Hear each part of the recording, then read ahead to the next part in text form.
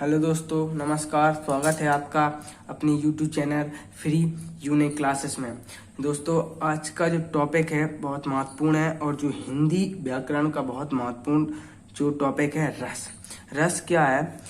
रस 9th से 12th तक एनुअल एग्जाम में आता है, हर एग्जाम में आता है। वैसे तो मैं आपको सिर्फ पढ़ाऊंगा आज जो 12th में आएगा और जो 10th में आएगी क्वेश्चन उनके बारे में बताऊंगा।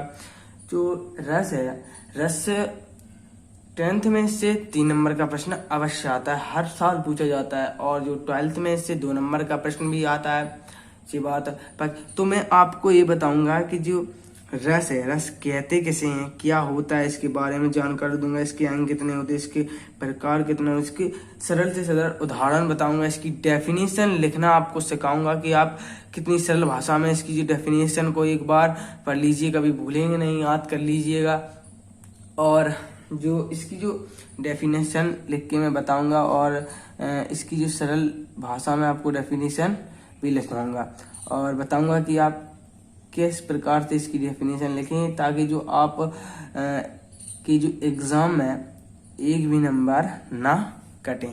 तो चलिए पहले हम शुरुआत करते हैं रस से। और रस कहते किसे हैं, क्या होता है। एक तो यही जो टॉपिक एक यही जो प्रश्न है ये बहुत महत्वपूर्ण प्रश्न होता है कि रस होता क्या है, किसे कहते हैं। पहले तो आप ये समझिएगा, देखिएगा। रस का जो शाब्दिक अर्थ है, शब्दों के द्वारा अर्थ जानिए। इसका अर्थ होता है आनंद। आनंद यानी इंग्लिश में कहते हैं एंजॉय। आप लोगों में से अधिकांश लोगों को कुछ खेलना पसंद है, किसी को क्रिकेट खेलना पसंद है, किसी को वॉलीबॉल खेलना पसंद है। तो आप लोगों को जिस चीज में इंटरेस्ट है, जो चीज आपको अच्छी लगती है और आपको उसमें आनंद आता है, उसी प्रकार जैसे साहित्य में आ जाइए। आप जो रामायण है, आप रामायण पढ़ेंगे तो आपको रामायण अच्छी लगती है, अधिकांश लोगों को अच्छी लगती है। राम जी की कथा है उसमें। उसी प्रकार जो आप किसी कहानियां को सुनते हैं तो आप उस कहानियां में बिल्कुल लीन हो जाते हैं। आपको ऐसा लगता है आपको बहुत आनंद आने लगता है। यही आनंद को हम रस कहते हैं। अब हम ये बताएंगे जो रस है, रस की जो परिभाषा बताएंगे, लिखें कैसे, परिभाषा किस प्रकार से लिखी जाएगी जो आप एग्जाम में जल्दी से जल्दी लिख दें और अच्छे नंबर आपके आ सकें। तो चलिए शुरुआत करते हैं कि रस की जो परिभाषा कैसे लिखें। तो पहले देखिए आप, तो ये पहले तो यही टॉपिक है कि रस कहते कैसे हैं, क्या होता है, आप क्या समझते हैं। इनमें से एक प्रश्न आपको अवश्य मिल जाएगा कि रस कहते कैसे हैं, क्या होता है, आप इससे क्या समझते हैं। तो देखिए आप इसको किस प्रकार से लिखेंगे। ऐसे प्रश्न आएगा कि रस किसे कहते हैं, तो आप उत्तर में लिखेंगे जी, किसी काव्य मतलब जैसे महाभारत, रामायण इत्यादि जो काव्य हैं, अपने पौराणिक काव्य हैं। उसी प्रकार यह कविता कहानी कुछ को भी पढ़ने, सुनने या देखने क्या, नाटक को देखने से। पाठक जो पढ़ने वाला होता है, श्रोता जो सुनने वाला होता है, या जो दर्शक है जो नाटक को देखता है, को जिस आनंद की अनुभूति होती है, जो आनंद आता है उसे ही हम रस कहते हैं। आप इसको सिर्फ 2 बार पढ़िएगा, आपको ये लर्न हो जाएगी। ठीक है। अब दूसरी बात है कि रस के कितने अंग होते हैं। ये महत्वपूर्ण प्रश्न है, बहुत इंपॉर्टेंट है, हर साल क्वेश्चन पूछा जाता है कि रस के कितने अंग होते हैं। देखिए, जिस प्रकार अपने 4 अंग महत्वपूर्ण है, अपने जो 4 अंग महत्वपूर्ण है, 2 हाथ 2 पैर, उसी प्रकार बिना अंग के जो रस की निष्पत्ति असंभव है। इन्हीं जो अंगों के माध्यम से ही जो रस की निष्पत्ति होती है, रस उत्पन्न होता है। अगर ये ना होवे तो जो रस है कभी उत्पन्न ना हो। तो देखिए, भरत मुनि आचार्य थे जिन्होंने सर्वप्रथम एक प्रश्न बता रहा हूं मैं आपको, अभी तो आपके लिए इम्पोर्टेंट नहीं है पर बहुत बाद में इम्पोर्टेंट है आपके लिए। जो भरत मुनि थे, उन्होंने अपने सर्वप्रथम उन्होंने जो रचना की थी नाट्य शास्त्र में, उन्होंने रस की विवेचना की थी, वर्णन किया था। उसी से अपन रस को आज पढ़ते आ रहे हैं। रस ठीक है। तो उन्होंने एक सूत्र भी दिया कि विभाव अनुभव संचारी संयोग अदृश रस निष्पत्ति, मतलब जब विभाव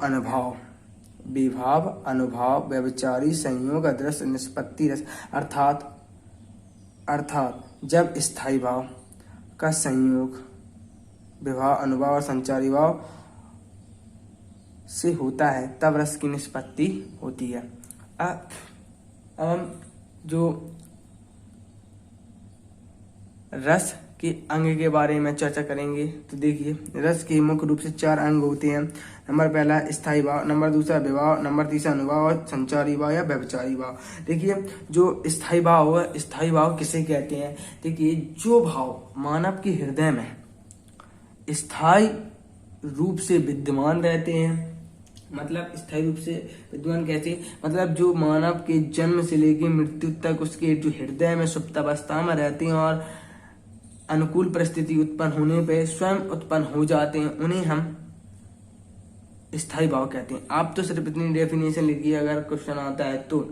जो भाव मानव के हृदय में विद्यमान रहते हैं, जो भाव मानव के हृदय में स्थायी रूप से विद्यमान रहते हैं, उन्हें हम स्थायी भाव कहते हैं। ठीक है, अब विभाव किसे कहते हैं? देखिए विभाव किसे कहते हैं? विभाव किसे कहते हैं? देखिए स्थायी भावों को जागृत करने वाले कारक को हम विभाव कहते हैं। मतलब जो स्थायी भाव हैं किनके द्वारा, किनके कारण जो उत्पन्न होते हुए हैं? विभाव के कारण। विभाव के कारण कैसे? जो विभाव हैं वो भी 2 प्रकार के होते हैं, एक तो होता है आलम्बन, एक होता है उद्दीपन। आलम्बन किसे कहते हैं?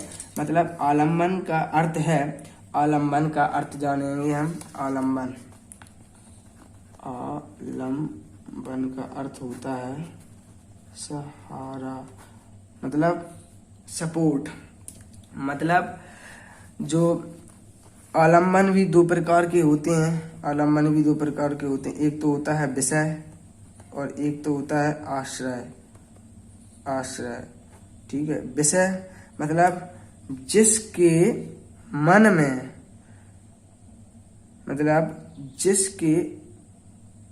में, भाव, जिस व्यक्ति या वस्तु के प्रति भाव जागृत हो उसे तो हम वैसे कहेंगे। आश्रय कौन? तो जिसके मन में भाव जागृत होते हैं उसे हम आश्रय कहते हैं।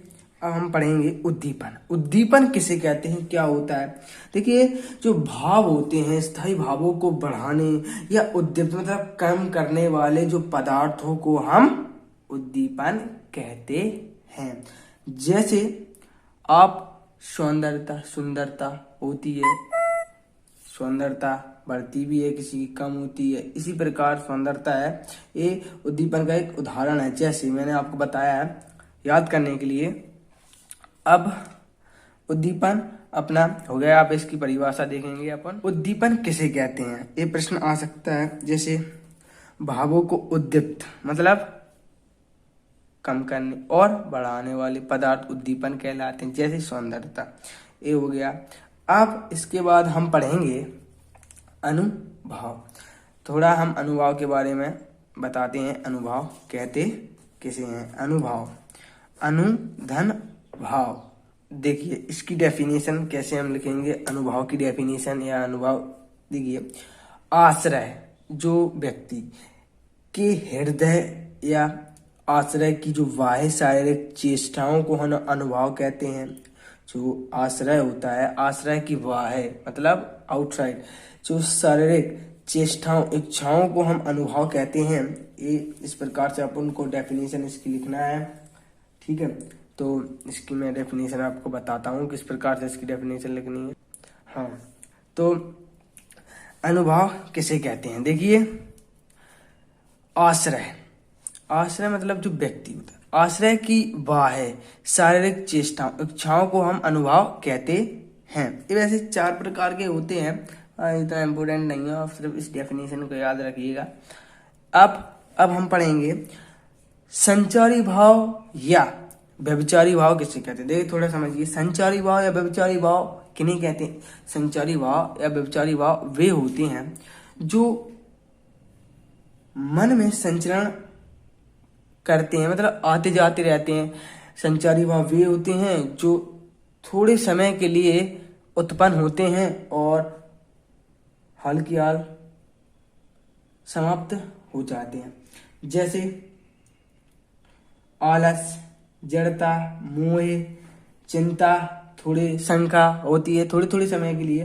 जैसे आपको थोड़े ही समय के लिए आप प्रसन्न होते हैं, उन्हें ही हम संचारी भाव या व्यभिचारी भाव कहते हैं। इनकी जो संख्या है हिंदी साहित्य में 33 मानी गई है। ये महत्वपूर्ण प्रश्न है। और मैं इसके बाद आपको जो 10 महत्वपूर्ण ऑब्जेक्टिव टाइप क्वेश्चन बताऊंगा जो बहुत महत्वपूर्ण है, जिनमें से आपको एक पक्के में आपको मिलेगा।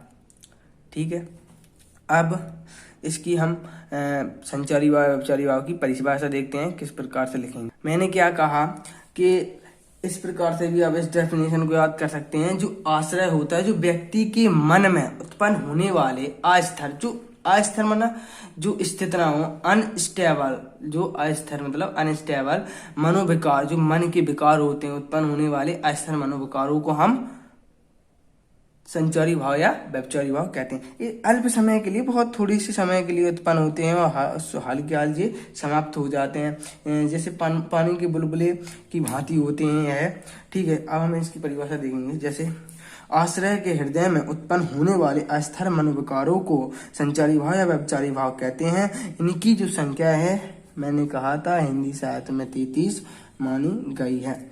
तो अभी तक आपने जोन जो टॉपिक पढ़े हैं उनका आप स्क्रीनशॉट भी ले सकते हैं।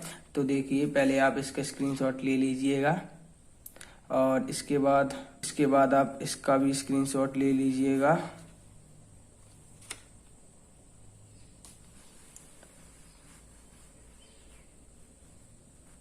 इसका भी ले लीजिएगा स्क्रीनशॉट, इसका भी।